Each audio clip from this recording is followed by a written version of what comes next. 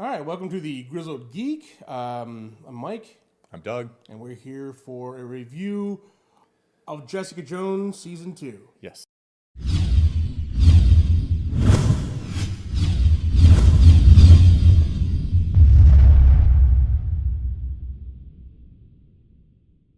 All right, so we are fans of the Netflix Marvel series. Oh, yeah. There's not a single one that we, disliked. I think Iron Fist was probably the weak one so far. Even then, I think we had a review about how defending it, why it didn't suck as bad as most people think. I mean, it wasn't as good as it had its flaws, definitely. But I mean, they've all been. They've all still been had positive elements to it. Now, Jessica Jones is coming off of right after Punisher, which is one of the stronger outings for the Netflix Marvel shows. It was an amazing series and completely different than what we expected from a Punisher series. Yeah, because he wasn't the Punisher very much. Yeah, he wasn't. But it was an amazing story. And Jessica Jones. Now, Doug, what do you think of Jessica Jones, the first one, the first season? How was that? I really liked it. Yeah, it was a good noir type. Like she was, like your typical hard drinking. Yeah. Like foul mouthed, detective. It was great. I liked it a lot. About your flawed heroes. Flawed hero. He had great bad guy. Some really cool fight scenes. Like with her fighting Luke Cage and stuff like that. Killgrave was an amazing bad guy. David Tennant, amazing. And then now we roll into season 2. So I was actually really looking forward to this. Are we doing spoiler free, or should we throw out that there's spoilers? There's spoilers. We're going to spoil this thing. Yeah, there's going to be lots of spoilers. We're not going to do a little spoiler free because it's kind of hard to talk about it. Yeah. Spoiler free. Yeah. And if you haven't seen it, I mean, go watch it. Go binge it. It's been on Netflix a week now. What are you doing? Yeah. It's only 13 hours of TV. And it is binge worthy. It is. Now, right off the bat, I can say, in my opinion, I don't think it's as good as the first one. No, not even close. Yeah. No, I think I ended up liking it a little bit better than you did. Yeah, I think. What do you think? I actually, in many ways, I think this is the least of them. I liked Iron Fist better than this. Oh, wow. I just felt like they retreaded too much ground from the first season without the cool newness of it, the cool bad guy to anchor it, or so it just felt like it tread over so much ground we had already tread over, and those storylines that were new I wasn't particularly interested in or liked the way it was. Okay. It was accomplished. So let's give us a positive from it first. We'll go into it because I think I have different positives than you. I think some of my positives are some of your negatives. So possibly. I did like Malcolm's character for the most part. Yeah. There were a few points where he got a little overly preachy. Because again, they really hit the substance abuse thing really hard. Yeah. And he got a little too repetitively preachy. You got to address it, and that's fine. But, he got on a soapbox a little too much. But otherwise, I liked his character a lot. Yeah. I liked it in both seasons. He was great in the first one. He was great in this one. I like Jessica Jones throughout this. I think they gave away a little bit too much about her character, but I like the nature of her character a lot. Yeah. So overall, and I put out and this isn't a positive, but I put out almost every character in this I disliked and thought, I don't even care about this character. They're totally unlikable for at least half of their arcs. Most of the characters, even Jessica Jones. But her and Malcolm, when I didn't dislike what they were doing and dislike the way they were being portrayed, I really enjoyed what they were doing. Yeah. So I will say I really enjoyed the side characters in this one. I liked Hogarth's story. I know you didn't particularly like that one. I like Malcolm's story. I like where she ended up. Yeah, I like. But I don't like the rest of the story. Was just kind of like felt tacked on and. Yeah, no. See, I really like that part of it. I like that. I like Malcolm's story. I like the Patsy's journey. Even though Trish's journey even though I agree with you. At several points, there's none of these characters that are completely likable, right? Yeah. This is a very Well, they're all flawed. These are all hugely flawed characters. Yeah. This is all a very shades of gray series. I mean, that's what the series is. Right. But I really like those characters. I like the story arc those characters went on. I like Jessica Jones, and there's a strength and a weakness in that Jessica Jones is the rock of the series. She is the same. She's the same person, and I think that's a strength and a weakness because it's a strength because her character is an awesome character, right? And she gives Kristen Ritter's great performance, right? You get the kind of character you're expecting from her, but you don't get a whole lot of character growth, right? Like she's in the exact same place as last season. Right. Right. Despite the finish of that season and what happened in Defenders, she's exactly the same. She's not grown as a person, and she doesn't grow as a person. She actually gets worse. Yeah. I mean, you're looking through this at the end of the series. You're looking back on it if you take for example Daredevil, right? You look at where Matt Murdock started off, right? You look at how that character's grown through 2 of his seasons and through Defenders, and then going into season 3, he's a different person than he was. Yeah, despite his attempt to get back to where he was. Yeah, that's his thing. Is he's being forced along a trajectory that he doesn't want to go on. Right. Whereas Jessica Jones loops around to where she was at the beginning of season 1. Yeah, she's back to that point. Falls back to her old ways, and like I said, some of it is like, all right, that's the character who she is, but you expect some kind of character growth from the lead of the series, right? And but I mean, I like I said, I like the characters. I like where that story was going. I liked the actress playing her mother in this. I thought she was good. My biggest problems, though, with this series, the biggest thing is, like I said, besides the fact that there's no character growth. Wait, before you go there, we were starting on positives, so what are your positives? That's what I was going through. I like all the side character story. Okay, I like that the was, fact that I got it. All right. So that's all your positives. Yeah. Okay. I guess it wasn't that positive. Well, I mean, they're kind of oversweeping. Yeah, I thought you were going to name some specific stuff. I like the fact that this series, it tied more in with the overall Marvel Cinematic Universe than the past series have done. Yeah, she brought in the Raft. Well, and it's going to comic book origins of the characters too. Yes. And bringing in some of that, so that's cool. That's right. Yeah, they mentioned the Raft. Captain America gets mentioned several times. Yeah. I like the fact that they brought the Wizard in. Yeah. Wizard is a great cheesy Silver Age hero. I feel like bad guy. I thought. Is he a villain or hero? No, he's a bad guy. Yeah, he's a bad. He wears yellow with the big W on his chest. He's pretty bad, pretty goofy. But I mean, a great way of bringing him in. Yeah. I was excited they brought back Nuke there for a minute there, but then he killed him off pretty quickly. What's his name? Trish's ex-boyfriend. Simpson. What's he in the comics? Nuke is his. Yeah. In the comics? He's got an American flag tattooed on his face. Oh. And he uses the drugs to buff him up.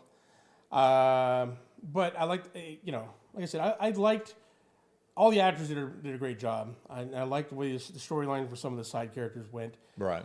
My biggest problem with this series is that there was no bad guy. Now, one of the strengths of the first season was Killgrave. Yeah. Right? And he was an amazing bad guy, right? And David Tennant's an amazing actor, and they bring him in to play Killgrave, and you're just like, oh, he made that first season. And then coming off of that, now I didn't expect them to go, bring another Killgrave in, right? There's no one, you can't replace that. But there was no real bad guy here. I mean, the bad guy being, spoilers, it was her mom, right? And then it's only for like 4 or 5 episodes. Yeah, and then there's this, it's like, okay, there's no bad guy. We're not getting any bad guy fights in this. There's not, before the first season 1 was like the tension just kept ratcheting up with Killgrave, and then what is it, episode 11? They bring Killgrave back in like her mind. Yeah, for one episode. For one episode, that was the biggest injustice. Is like that guy should have been, that was the best episode of the season. It was. It was. And it was the straight up best season. I know they probably couldn't afford to bring David Tennant in for another season, but if they're not going to have a bad guy, he should have been in her head the entire season. That would have been awesome with her, like just him doing color commentary. Yeah, right. Or her trying to her mental struggle with Killgrave in her head. You know, that could have been a big part of the storyline. But yeah, there was no bad guy in this. There's no. Yeah. So let's go. Yeah. This season felt like its entire purpose was to set up the next season. It felt like a transition to, like, okay, let's mess with Jessica's head more with her mom to get her to a specific place. Let's go through this story with Trish to get her to a specific place. Let's take Malcolm on this journey to get him to a specific place. And it didn't feel like that place was something you reached at the end of this episode or at the end of the season. Like this story wasn't going to finish and be realized in this season. It was something that was going to set up the next season. I didn't like that element. Yeah. So in that sense, that was kind of the story it kind of fell flat on me for that. Yeah. And I forgot the other point I was going to make. And there were a lot of other side bad guys or side antagonists or protagonists I didn't like. I don't know. Let's go. Like the other private eye guy. I mean, I didn't. His story again felt very tacked on.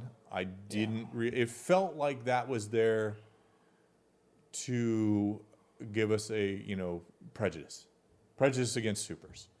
Yeah.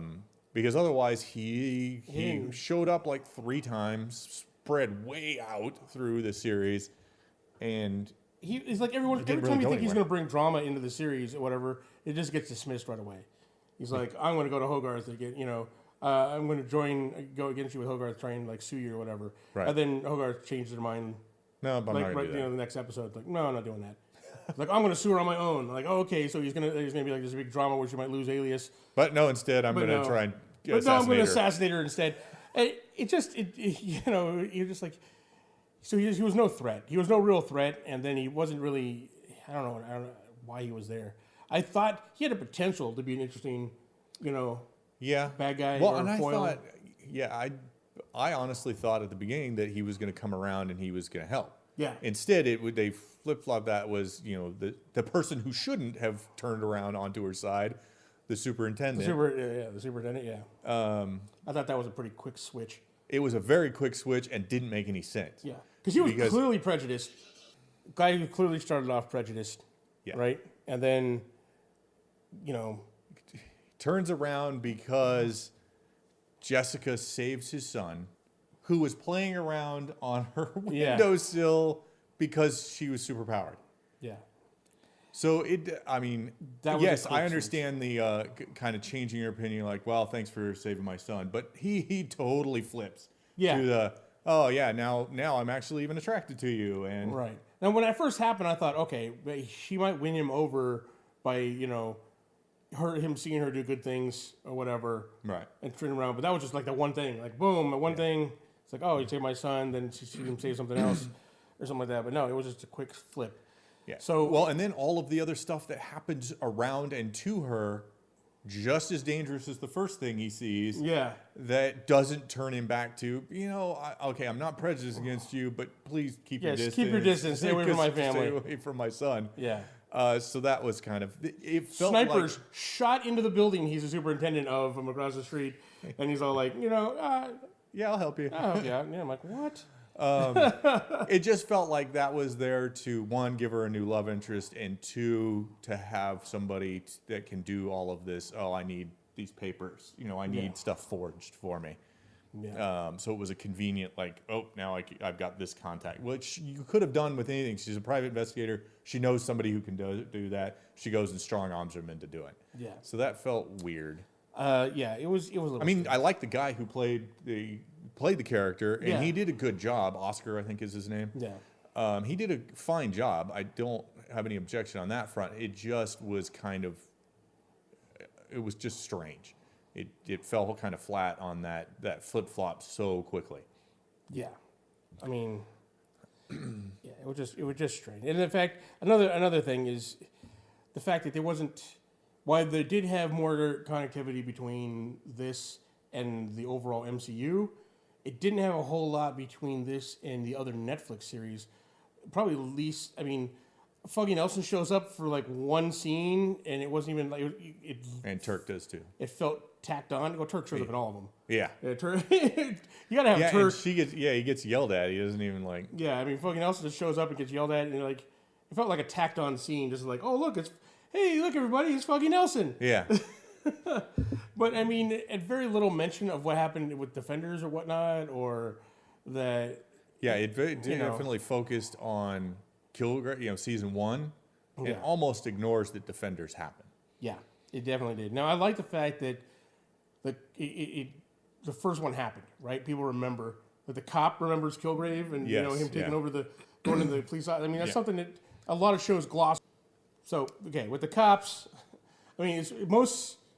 Costa, I liked him. I like Costa. Costa's a great. I like that back and forth between her. But most series will like ignore major stuff like that happens. I mean, that happened at the police department in the first series. Yeah. Right. You figure that cops are going to remember that, and they address that, right? Yes. In this season, that's where a lot of shows would gloss over it. So I like that fact.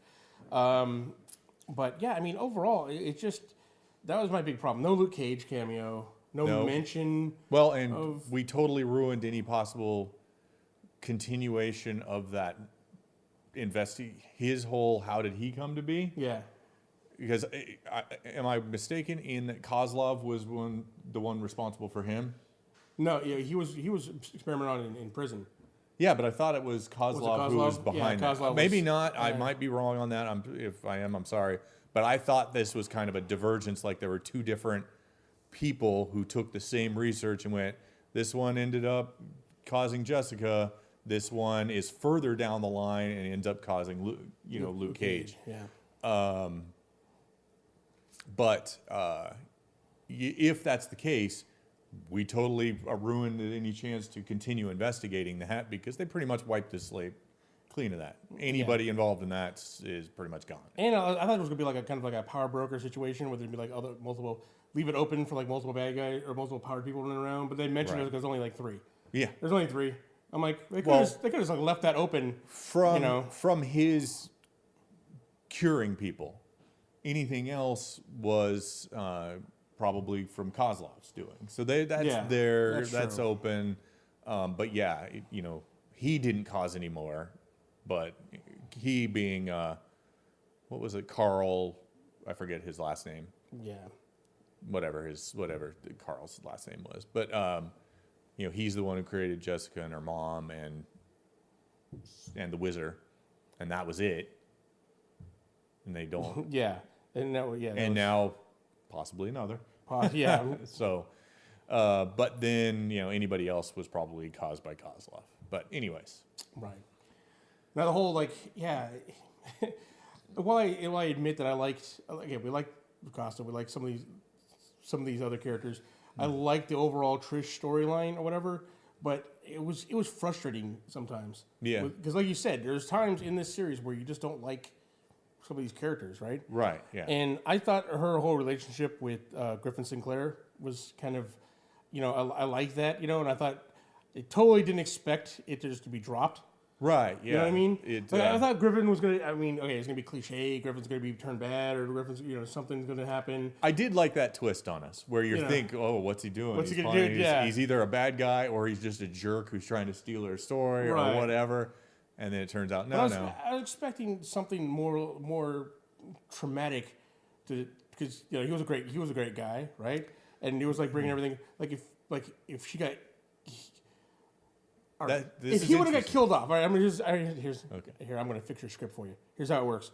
All right. So the another thing was Trish's whole thing with her mom, like really hating on her mom or whatever, was seemed a little out of left field. I know she was just trying to get the power or whatever because of drug addiction or whatever, or her envy, wanting powers and shit like that. But her hating on Jessica's mom would have made a lot more sense if her mom actually killed Griffin, right? And that would have been the catalyst of sending her over the edge to turn back towards drugs, that fix, and then have her obsession with, her mom or whatever, Jessica's mom, and killing her at the end. Because killing her at the end, it seemed, for me, it seemed more out of left field than I understand she's trying to protect Jessica or whatever. Right. But it would have made more sense if she had that vendetta.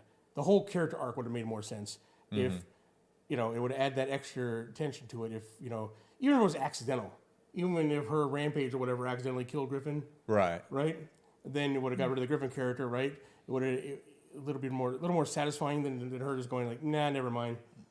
And walking away from the relationship, and then her driving her towards drugs, and then driving her to kill her at the end, right? Yeah. And further drive that wedge between her and Jessica. It would have made more sense to me that way if that would have happened. I see the point you're making, although that was my favorite part of her arc was her explanation of why. I don't want to be with him. I want to be him. I want to be him. Where she's all driven to be, like she's got all of these people who, she's either with losers or she's got like, she wants to be like Jessica. She wants to be like this guy these people who are really bold, powerful, take charge of their lives and do incredible stuff. She wants to be them. And so that's kind of where she's willing to take the shortcut with drugs to get there, and she's going to cut him out of her life because she's realizing that, I'm not really in this for the relationship. I'm in it to become him, right, or to become Jessica or whatever. So that's true. I did like that too. But it's just, I don't know, man. It's kind of strange. It's you could totally tell. Now every episode was directed by a different woman.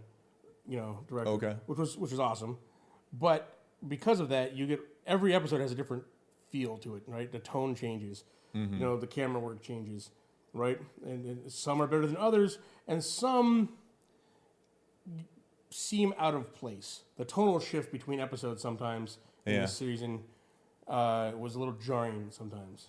Yeah, I don't know whether how Yeah, people go from being pissed off or...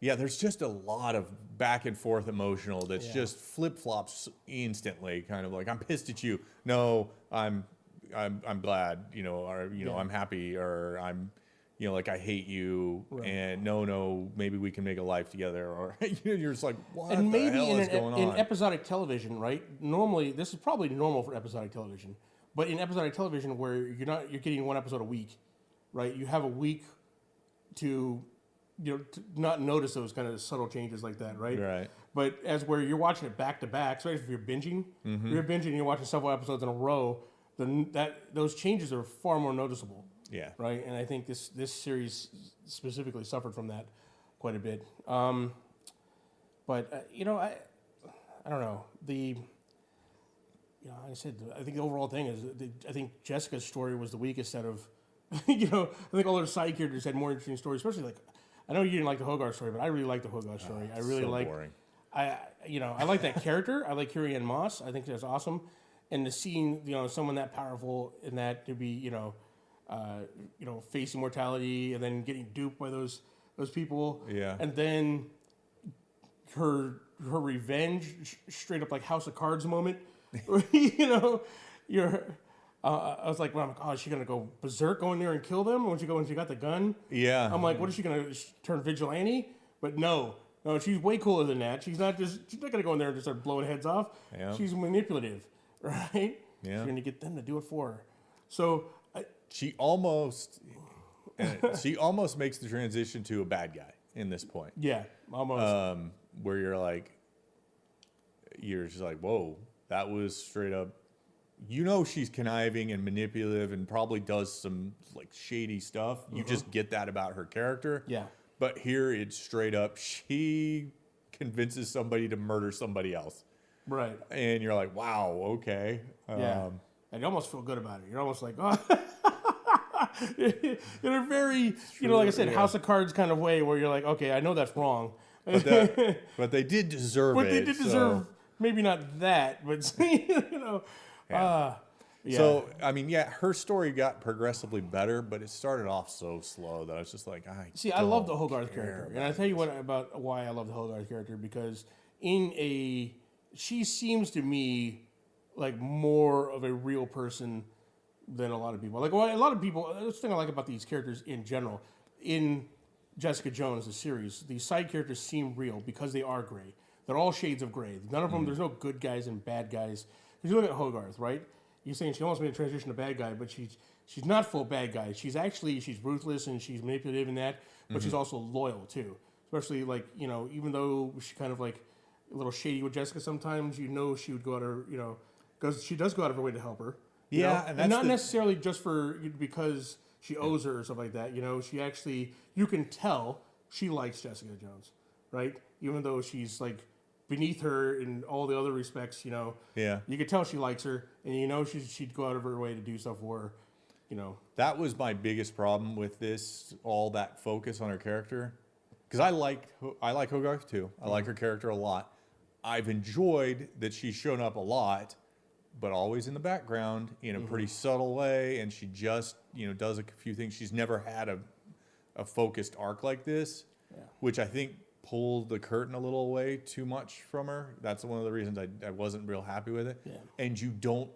And with all of that focus on her, you don't find out why she's connected to Jessica, which felt really disappointing in that you're going to shine a spotlight on this character this much, and you don't come up and tell us this is how they met, this is why, especially with all of the other background stuff we got. In my opinion, too much background stuff on Jessica's background, on Trish's background.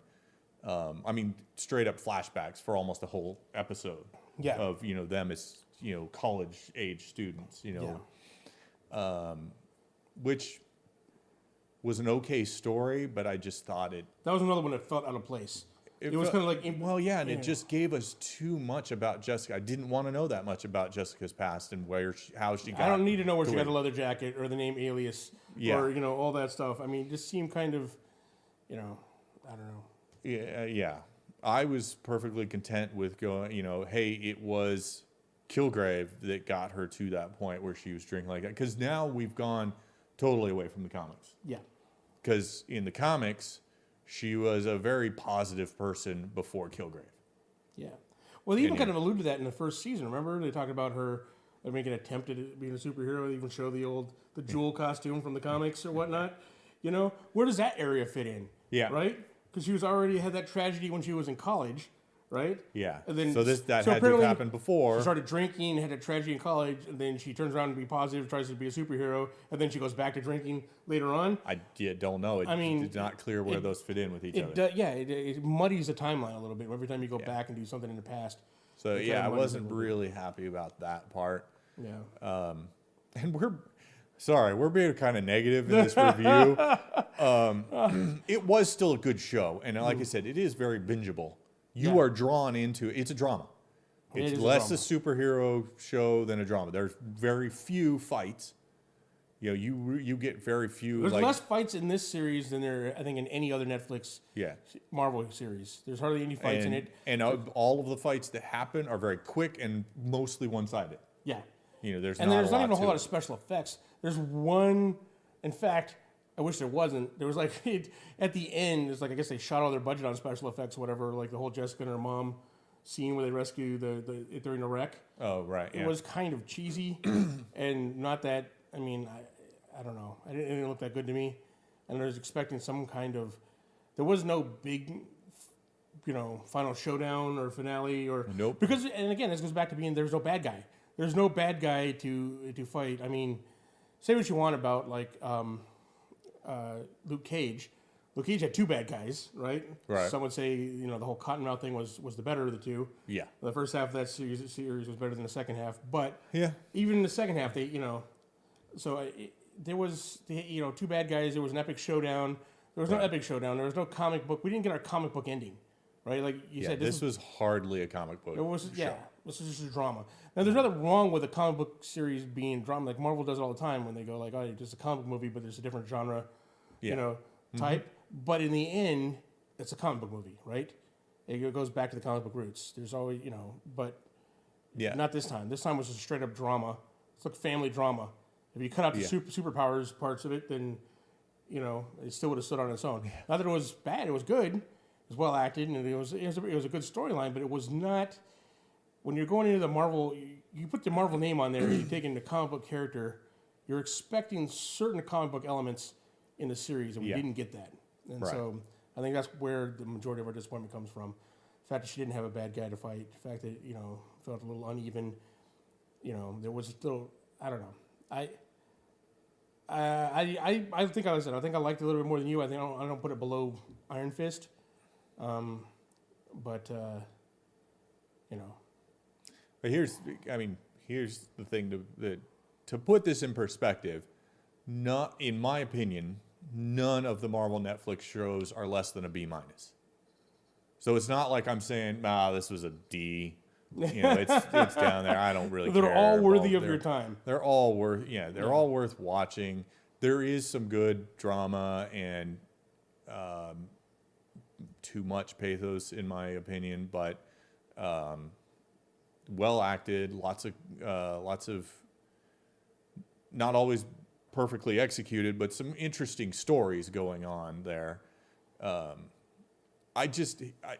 One thing, the problem this thing faced or ran into, and I think the area that Luke Cage helped in the first season, is all of the characters are so flawed that there's nobody to anchor you to going, this is the right thing to do. Yeah. This is the, and it comes out. Jessica totally straight up does the wrong thing.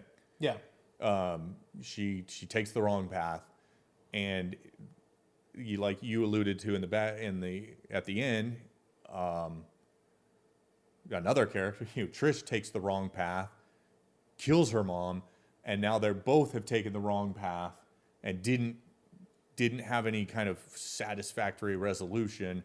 And this is why I feel like it was a setup for another season, because we've split all of the main characters apart from each other. Yeah. So now we have to see what's going to happen from there. Well, here's the thing. It the same way, a lot of people will point out, they'll say, same thing happened in Daredevil Season 2. By the end of Daredevil Season 2, everything was split up, right? All the characters were split apart. But the difference is, in Daredevil Season 2, they earned that where they ended up at, right? And this one, it just seemed kind of like, why are they doing this? I don't. It doesn't feel as right, And at this point, we don't even know. Trish, obviously, she's going to become a Hellcat, right? Yeah. But probably not in the yellow cat suit, but we can hope. Hopefully with some cat ears. Okay. But at this point, we don't know whether she's going to be a bad guy or a good guy when she comes back, right? Yeah. And she could go either way at this point. At this point, starting off season 3 of, Jessica Jones, Trish could be Hellcat as a bad guy or Hellcat as a good guy. Yeah. And both would make sense at this point where they went. So. Yeah. We're not sure. Well, you should probably think she's good, but she could be doing.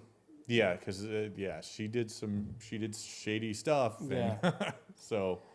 She wants to help people, but So I think that was the biggest problem. I know I like shades of gray. I like moral ambiguity, but I think you need to have something, like you said, to anchor it.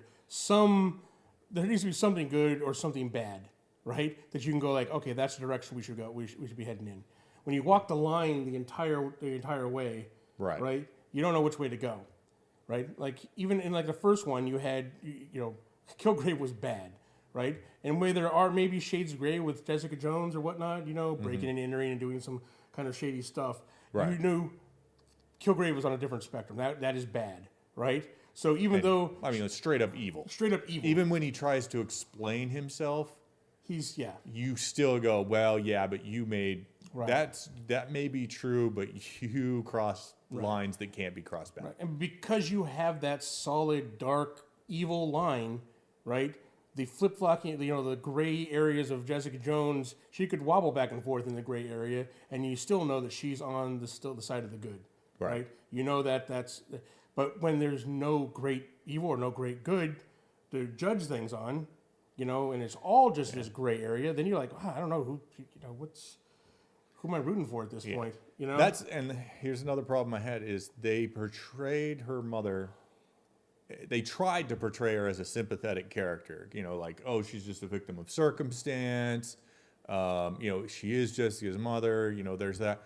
but she continuously just does horrific stuff. And you're like, regardless of who you are, the fact that Jessica helps her. Yeah.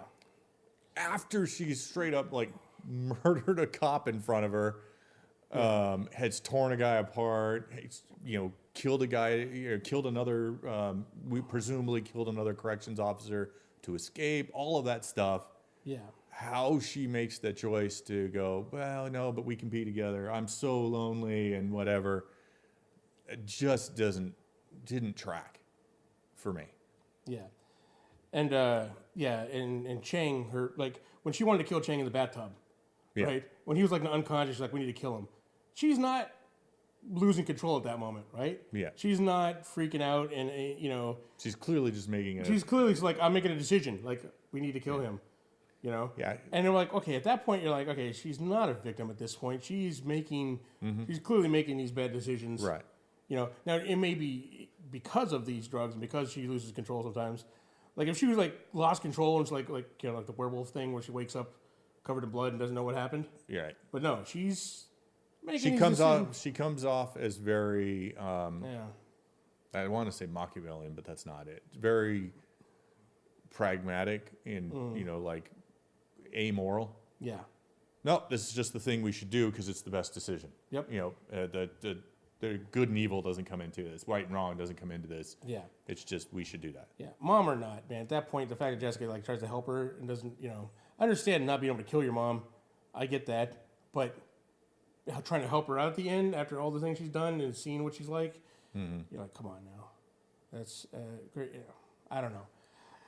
Yeah. I'm not. There's some issues with this show. There were some issues, but like I said, it's still, like I said, It's a testament to the acting. Yeah. That despite these overarching plot problems, a lot of the individual stories and the execution by the individual actors is really good.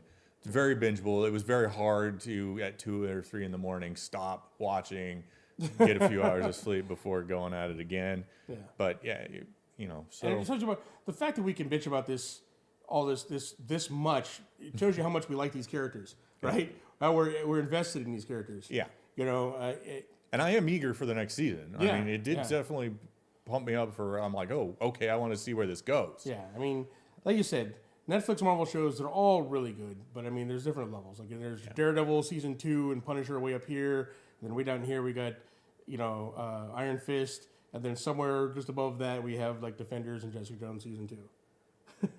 I will say the biggest thing is probably the biggest gulf between seasons, right? Because you put Jessica Jones season 1 in the upper area, and then put this one down in the lower area. So we'll see. Yeah, that was. Well, Daredevil's the only one. The only other one that has multiple seasons. So it's like, well, we've got 1 win and 1 loss in the second season, but we'll see where we go from there. All right, guys. But that is our opinion on Jessica Jones season 2. Let us know what you thought. Did you like it? Did you agree with anything that we said? Comment down below. If you have problems with it, or do you like things that we didn't mention? Let us know. Yeah. We appreciate it. But please like, subscribe, share this with your friends.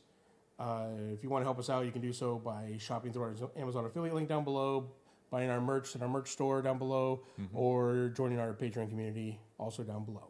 So, thank you. Thanks, guys.